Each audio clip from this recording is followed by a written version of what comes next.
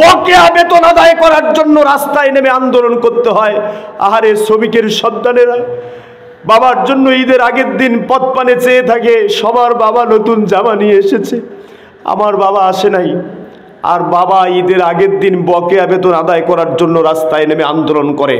আর সেই আন্দোলন দমন করার জন্য সালমান রহমানের মতো কুলাঙ্গারদের নির্দেশে আমার শ্রমিক ভাইদের বুকে গুলি চালানো হয়। কথা বলেন ঠিক না বেঠিক?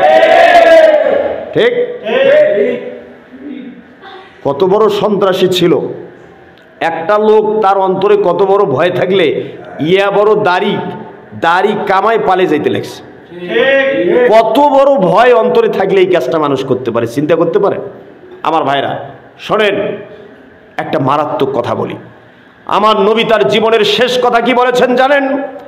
আমার নবী বলেছেন আসসালাতু ওয়াসসালাত ওয়া মা মালাকাত আইমানুকুম। আমার নবী বিশ্ব নবী মৃত্যু শয্যায় শায়িত, কখনো জ্ঞান আছে কখনো জ্ঞান নাই। হযরত আয়েশা রাদিয়াল্লাহু কান লাগিয়ে শোনার চেষ্টা করতেছেন আমার নবী কি বলতেছে। অস্পষ্ট সুরে আমার নবী বিশ্ব নবী এই একটা কথা বারবার উচ্চারণ করছিলেন। হযরত আয়েশা রাদিয়াল্লাহু শুনতে পেলেন আমার নবী তার জীবনের শেষ কথা বলেছেন আসসালাত আসসালাত ওয়া মা মালাকাত আইমানুকুম। নামাজ ছেড়ো না আর তোমার অধীনস্থ শ্রমিক কর্মচারী যারা আছে তাদের অধিকার নষ্ট করো না। আল্লাহু আকবার। কথা বলেন। অথচ আমরা শ্রমিককে ঠকাইতে যে মজা, দুনিয়ায় কাউকে ঠকায় এত মজা নাই। কথা বলেন ঠিক না বেঠিক?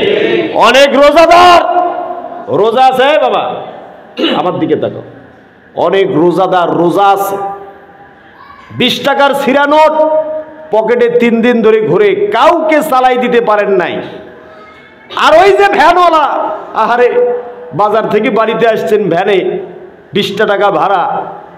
ভ্যান যখন ভাড়া দিবেন, ভ্যান থেকে নামার পরে যখন ভাড়া দিবেন তখন ওই ভ্যানওয়ালার মোবাইলে কল আসছে। কি আসছে? ভ্যানওয়ালার মোবাইলে যখন কল আসে রিংটনটা জোরে বাজে না আস্তে বাজে ভাই? জোরে বাজে। ওদের তো রিংটন আলাদা, ঠিক না বেঠিক?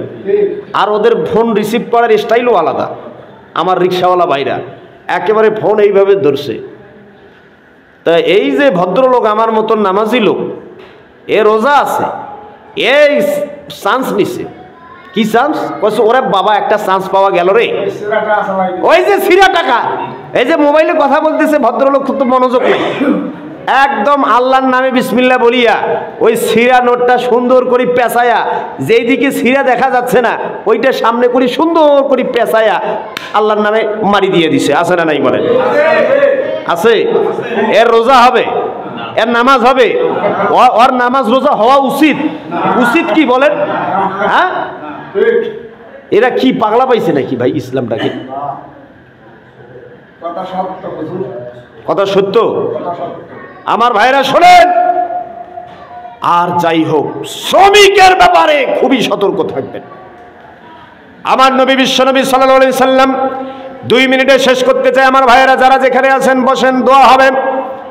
আমার নবী বিশ্বনবী সাল্লাল্লাহু আলাইহি ওয়াসাল্লাম শুধুমাত্র শ্রমিকের অধিকারের ব্যাপারে বক্তব্য দিয়া শেষ করেন নাই। আমার নবী বিশ্বনবী একদিন বাজারে গেলেন। তরকারির বাজারে যাবার পরে একজন খুচরা তরকারি বিক্রেতা, যিনি রাস্তার উপরে তরকারি বিক্রি করেন, তার নির্দিষ্ট কোনো দোকানও নাই, এমন হতদরিদ্র গরিব মানুষ। আমার নবী বিশ্বনবী তরকারি বিক্রেতার পিছন দিক থেকে চোখ চেপে ধরেছেন। আহারে, একজন আরেকজনের চোখ চেপে ধরে মজা করে। আছে না নাই বলেন? আছে না? আমরা করি না? সম্পর্ক যাদের সাথে খুবই ভালো, আমরা পিছন দিক থেকে চোখ চেপে ধরে বলে যে বলো তো আমি কে, এরকম হয় কিনা? আরে কে কার চোখ চিপে ধরতে পারে? সম্পর্ক অত্যন্ত গভীর হলেই সম্ভব। আমার নবী বিশ্ব নবী তরকারি বিক্রেতার পিছন দিক থেকে চোখ চিপে ধরেছে। পিছন দিক থেকে তরকারি বিক্রেতার যখন চোখ চিপে ধরেছে, তরকারি বিক্রেতা বড় ব্যস্ত সময় কাটতেছে, সে চিনতে পারে নাই। বলতেছে বন্ধু তুমি কে, তোমার পরিচয় দাও, আমি তোমাকে চিনতে পারি নাই। আমার নবী বিশ্বনবী কি করেছেন জানেন? আমার নবী বিশ্বনবী সাল্লাল্লাহু আলাইহি সাল্লাম পিছন দিক থেকে তরকারি বিক্রেতার চোখ চিপে ধরেছেন। তরকারি বিক্রেতা চিনতে না পেরে বলেছে তোমার পরিচয় দাও। আমার নবী কি পরিচয় দিলেন জানেন? আমার নবী বললেন আমি তোমার বন্ধু, আমি তোমার দোস্ত মুহাম্মদ। লোকটা চোখ খোলার সাথে সাথে যখন দেখলো বিশ্বনবী তার পাশে দাঁড়ানো, লোকটা উন্মাদ হয়ে গেছে, লোকটা পাগল পারা হয়ে গেছে। মদিনার অলিতে গলিতে দোকানে দোকানে যায়, বাড়িতে বাড়িতে যায়, আর মানুষকে ডাকে আর বলে, তোমরা শুনছো নাকি আমার নবী আমাকে বন্ধু বলেছে, আমার নবী আমাকে বন্ধু বলেছে। আল্লাহু আকবার বলেন। লোকটা পাগল হয়ে গেছে, লোকটা পাগল হয়ে গেছে। আমার নবী আমাকে বন্ধু বলেছে। আমার নবী মজলুম মানবতার নবী, আমার নবী শ্রমজীবী জনতার নবী, আমার নবী নিপীড়িত জনতার নবী। কথা বলেন ঠিক না বেঠিক? রিকশাওয়ালা, ভ্যানওয়ালা, দিনমজুর, ঠেলাওয়ালা যারা আছেন, ডেলেবার যারা আছেন, কান খুলে শোনেন। কার নামে স্লোগান দিয়েছেন? মে দিবসের দিনে মাত্র 1 প্যাকেট বিরিয়ানির জন্য সারাদিন প্রচন্ড গরমে রেলি করিয়া প্যাকেট দেয় কয়টা? জোরে বলেন।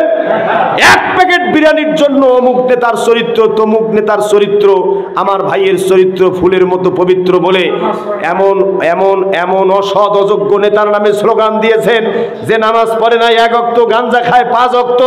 ওই রকম অসৎ অযোগ্য দুর্নীতিপরায়ণ নেতার নামে স্লোগান দিয়েছেন। মে দিবস আসে, মে দিবস চলে যায়, শ্রমিকের ভাগ্যের পরিবর্তন হয় না। কথা বলেন ঠিক না? হয়, হবে কেমনে ভাই? আমার রিকশাওয়ালা ভাইরা যারা আছেন, ভ্যানওয়ালা ভাইরা যারা আছেন, মোংলার পোর্টে যারা কাজ করেন, শ্রমজীবী জনতা যারা আছেন, দিনমজুর যারা আছেন, কান খুলে শোনেন। ভোটের আগের রাতে বাঁশঝাড়ে অন্ধকারে মাত্র 500 টাকার বিনিময়ে অসৎ অযোগ্য দুর্নীতিপরায়ণ নেতাকে ভোট দেওয়ার জন্য ভোটটা বিক্রি করে দিচ্ছে। আছে না নাই বলেন? আছে। এই ভুলটা সবচেয়ে বেশি করে শ্রমিক ভাইরা। কথা বলেন। ওই যে ভোটের আগের রাতে 500 টাকার বিনিময়ে আপনি আপনার ভোট বিক্রি করেছেন, আপনার ভোট পাওয়ার পরে ওই অসৎ অযোগ্য নেতা, দুর্নীতিপরায়ণ নেতা, নামাজ পড়ে নাই, 1 ওয়াক্ত, গাঞ্জা খায় 5 ওয়াক্ত, ওই নেতা এমপি হওয়ার পরে, চেয়ারম্যান হওয়ার পরে ব্রিজ কালভার্ট বোঝে নাই, মসজিদ মাদ্রাসা বোঝে নাই, কবরস্থানে টনের টাকাও মেরে খাইছে। কথা বলেন ঠিক না বেঠিক? এই নেতা কি করেছে জানেন? কিয়ামতের দিন ওই নেতাকে হাজির করা হবে, তার বুকের উপরে পাড়া দিয়া নেতাও জাহান্নামে যাবে, আর ওই ভোট বিক্রি করা বোকা জনগণও জাহান্নামে যাবে। কথা বলেন ঠিক না বেঠিক? অনেকে মনে করে কি জানেন? বলে যে আমার একটা ভোট, আমি যাকে খুঁজাই, ভাই এই কি রে, কি সমস্যাটা কি ভাই? এমনিতেই বুঝতে পারতেছ না যে কষ্ট হচ্ছে, এটা কথা বললে সমস্যা হয় ভাই। এক্ষুনি শেষ, তারপরে সারা রাত কথা বল। ভাই শোনেন, আমি এক্ষুনি শেষ করছি ভাই। শোনেন, ওই যে নেতা, মানে অনেক মানুষ মনে করে কি জানেন, অনেকের ধারণা হলো যে আমার একটা ভোট, আমি যাকে খুশি তাকে দেব। আচ্ছা বলেন তো, কোনো মুসলমান যাকে খুশি তাকে ভোট দিতে পারে? আপনি যাকে খুশি তাকে ভোট দিতে পারেন? মা ইয়ালফিজু মিন কাউলিন ইল্লা লাদাইহি রাকিবুন আতীদ। আমার নবী, বিশ্ব নবী, আমার আল্লাহ বলেছেন, আমার আল্লাহ বলেছেন মুসলমানরা এমন কোনো কাজ করে না যেটা সাথে সাথে রেকর্ড হয় না এবং যার জন্য তাকে জবাবদিহি করতে হবে না। আপনার ভোটের মতো একটা পবিত্র আমানত, যাকে ইচ্ছা তাকে দিয়ে দিলেন আর জবাব দেওয়া লাগবে না, তাই হয় নাকি? এটা হতে পারে? বরকতময় কালামে হাকিমের সূরা আরাফের 96 নম্বর আয়াত তেলাওয়াত করেছি। আয়াতের অর্থ হলো, আল্লাহ বলেছেন, ওয়ালাউ আন্না আহলাল কুরা আমানু ওয়াত্তাকাউ লাফাতাহনা আলাইহিম বারাকাতিম মিনাস সামাই ওয়াল আরদ। কোন জনপদের মানুষ ঈমান এবং তাকওয়ার ভিত্তিতে তাদের সমাজ রাষ্ট্র যদি পরিচালনা করে, অসৎ অযোগ্য দুর্নীতিপরায়ণ লোকদেরকে, ভোটচোরদেরকে ক্ষমতার চেয়ার থেকে অপসারণ করে সৎ যোগ্য খোদাবীর লোকদেরকে যদি চেয়ারে বসাতে পারে, রব্বুল আলামিন প্রতিশ্রুতি দিয়েছেন, লাফাতাহনা আলাইহিম বারাকাতিম মিনাস সামাই ওয়াল আরদ।